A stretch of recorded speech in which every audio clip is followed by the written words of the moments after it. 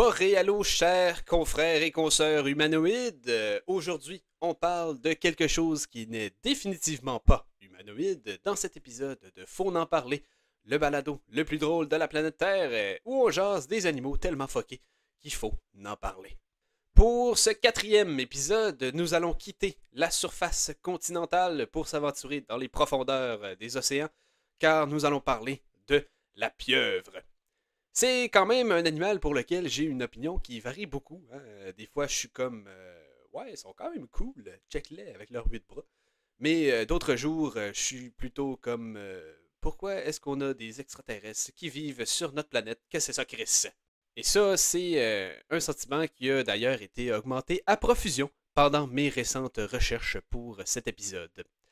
Alors, sans plus attendre, c'est parti pour la découverte du côté absurde de l'ordre des octopodes.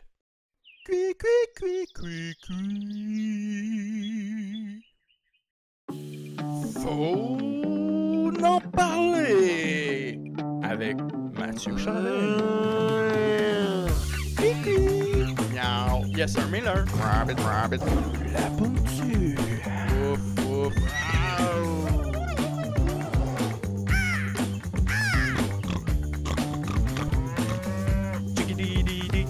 Faut en parler.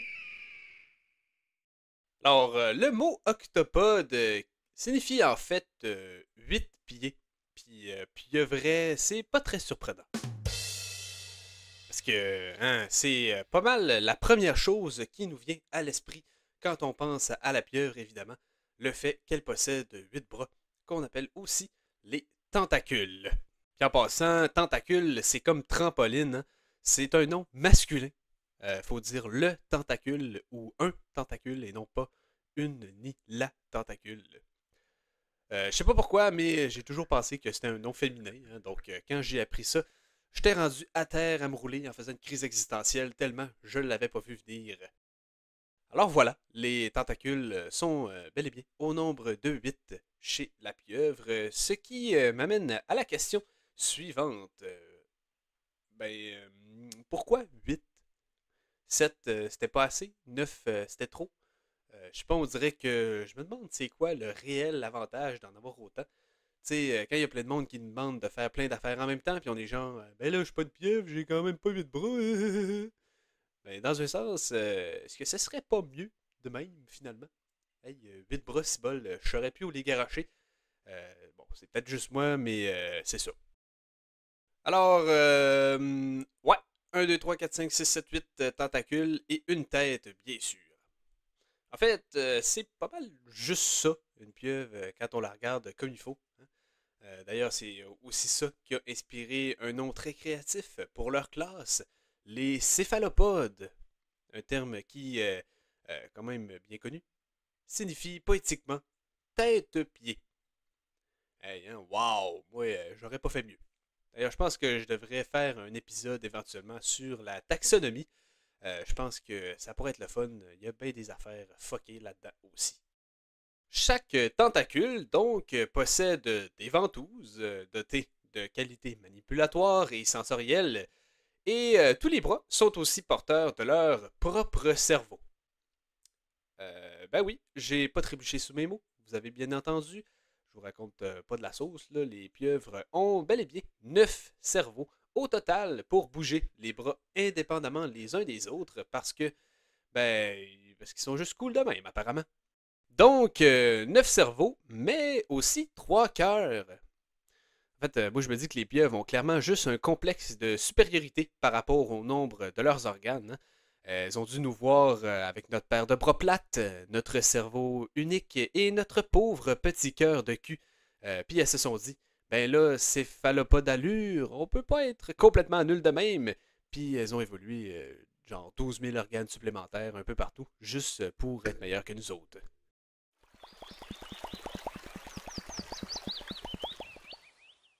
Alors, sinon, ben, les pieuvres vont aussi avoir une crisse de grosses têtes molles et des gros yeux globuleux qui les rend honnêtement plus terrifiantes que d'autres choses, hein, comme si c'était un être humain victime d'une malédiction par une vilaine sirène déchue qui l'a transformé en gros sac mou fait de muscles.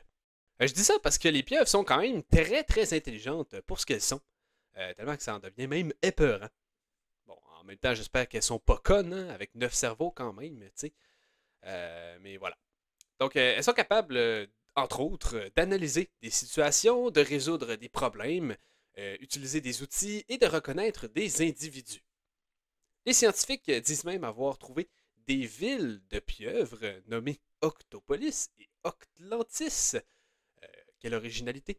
Où plusieurs pieuvres ont créé des sortes de petites maisons avec des coquillages bien cute et agissent comme des habitants en se rencontrant et en se communiquant. Et finalement, je termine sur leur intelligence en vous partageant le fait que selon les scientifiques, si l'être humain disparaissait du jour au lendemain, ben ce serait probablement les pieuvres qui domineraient le monde, surprenamment. Bon, personnellement, je trouve ça un petit peu tiré par les cheveux, hein, surtout quand on sait que les pieuvres sont apparemment hyper pacifiques. Pacifistes, excusez-moi. Ce qui est le contraire absolu de l'homme. Mais tout ça, c'est pour dire que les pieuvres là, sont pas connes pantoute, particulièrement pour des mollusques. Parce que oui, la pieuvre, c'est un mollusque. Mollusque, ça veut dire mou. Hein, vive la taxonomie, encore une fois.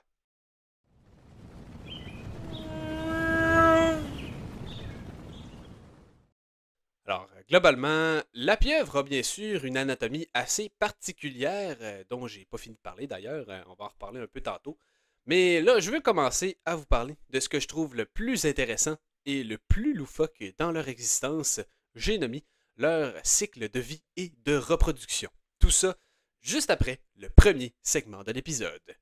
Pour le premier segment de l'épisode Pieuvre, c'est une première édition pour Phonétique, le segment où j'exhibe mes capacités d'acteur sonore hors normes afin d'imager les sons produits par l'animal thème de l'épisode. Mamma mia, c'est la phonétique!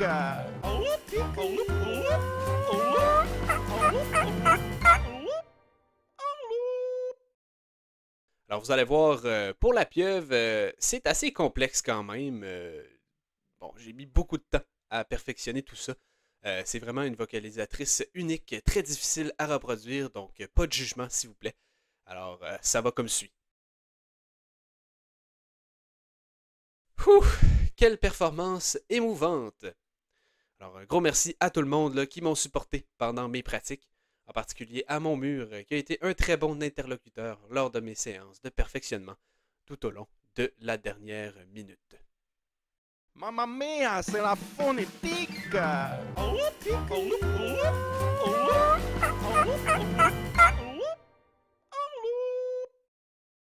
Donc, on poursuit ça avec le cycle de vie et de reproduction de la pieuvre. Je vais quand même essayer de faire ça assez vite là, parce qu'il y a pas mal d'éléments assez étranges à mentionner. À commencer par la reproduction. Donc, déjà, il faut savoir que chez la plupart des espèces de pieuvres, la femelle mange le mâle après l'accouplement. Style menthe religieuse. Donc, pour essayer d'éviter ce sort-là, le mâle va rapidement s'accoupler avec la femelle. Le processus est simple, le mâle reste le plus loin possible de la femelle, tout en étant assez proche pour déposer son sperme, ce qu'il va faire en fistant la femelle. En fait, un de ses tentacules possède aussi un conduit spécialement pour ça, donc il va rentrer son bras dans la cavité paléale de la femelle pour déposer ses spermatophores directement dans la femelle, puis se retire subséquemment avant de recommencer le processus plusieurs fois. Quand l'acte est enfin terminé, le mâle tente de s'enfuir, tout simplement, ce qui est un petit peu inutile, parce que de toute façon, il va mourir pas longtemps après. Parce que oui, chez les pieuvres, la mort est génétiquement programmée pour survenir après que les fonctions reproductives aient été réalisées.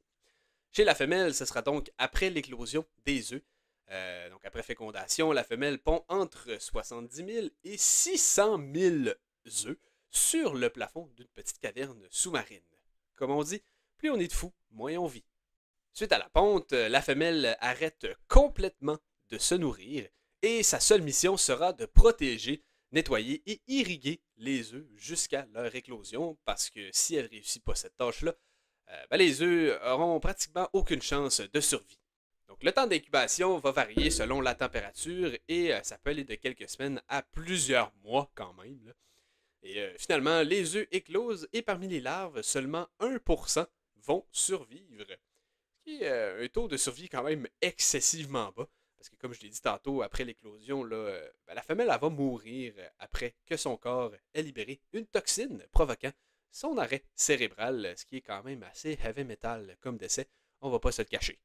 Donc les petits doivent par la suite survivre uniquement avec leur bagage génétique, sans l'aide de leurs parents, ce qui est pas chose facile. Hein? Imaginez-vous si nous les humains, on garochait nos bébés dans le bois avec rien d'autre qu'un traumatisme d'abandon, pas sûr qui ferait long feu. Bref, ceux qui survivent vont atteindre 3 à 5 ans, doublant leur poids tous les 3 mois avant de finalement s'accoupler et décéder. Phew! Voilà donc pour le cycle de vue assez rocambolesque de la pieuvre, qui est quand même assez particulier. Voilà. Alright, viens-tu transitionner avec moi? Alors c'est maintenant l'heure de l'immanquable segment Vrai ou Faune, un classique du balado apprécié de tous, où je vous lance un énoncé qui devra, par vous, chers auditeurs, être déclaré comme étant vrai ou faune.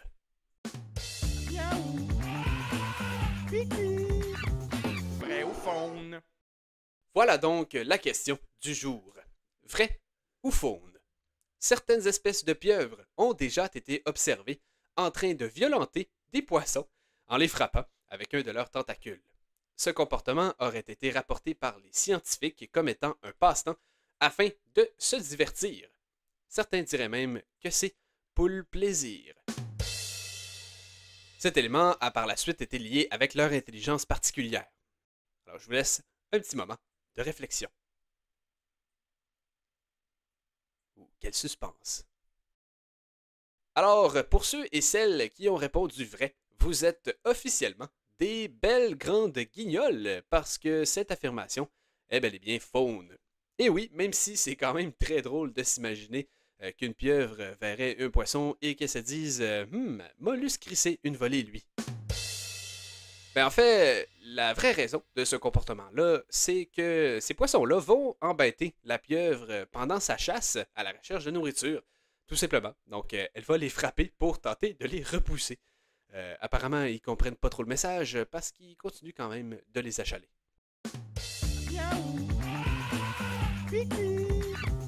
Vrai ou faune? Parlant de chasse, la pieuvre est bel et bien carnivore. Elle chasse principalement des crustacés, comme des crabes ou d'autres mollusques. La plupart du temps, elle va chasser à l'affût parce qu'elle est capable de se camoufler de manière extrêmement convaincante en reproduisant non seulement les couleurs, mais aussi les textures de son environnement avec son corps tout mou, tout bizarre. Bon, après avoir lu ça, j'ai pris la décision qu'à partir de maintenant, je fais plus confiance à personne parce que c'est clair qu'un jour, je vais me faire sauter dessus par une christie de pieuvre qui va avoir fait semblant d'être mon meilleur ami pendant 4 ans juste pour me manger. Si vous venez me voir puis que je pars à la course, prenez-le pas personnel, s'il vous plaît.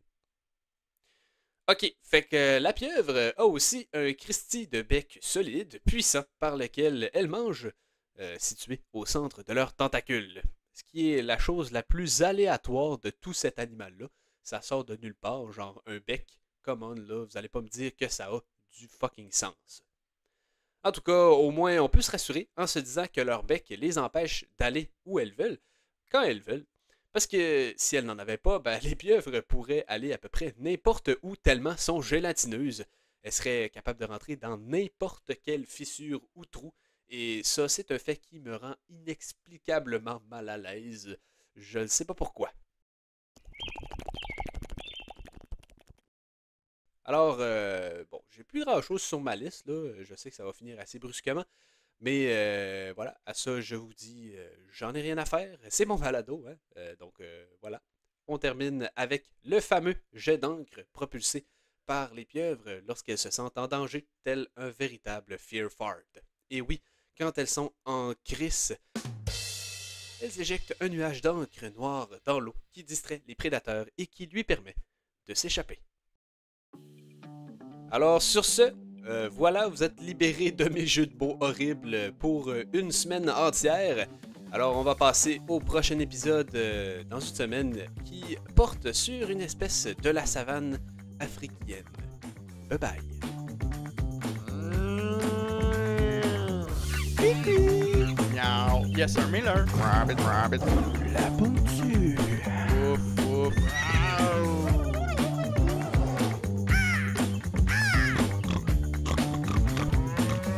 Chickidee-dee-dee. Faut en parler.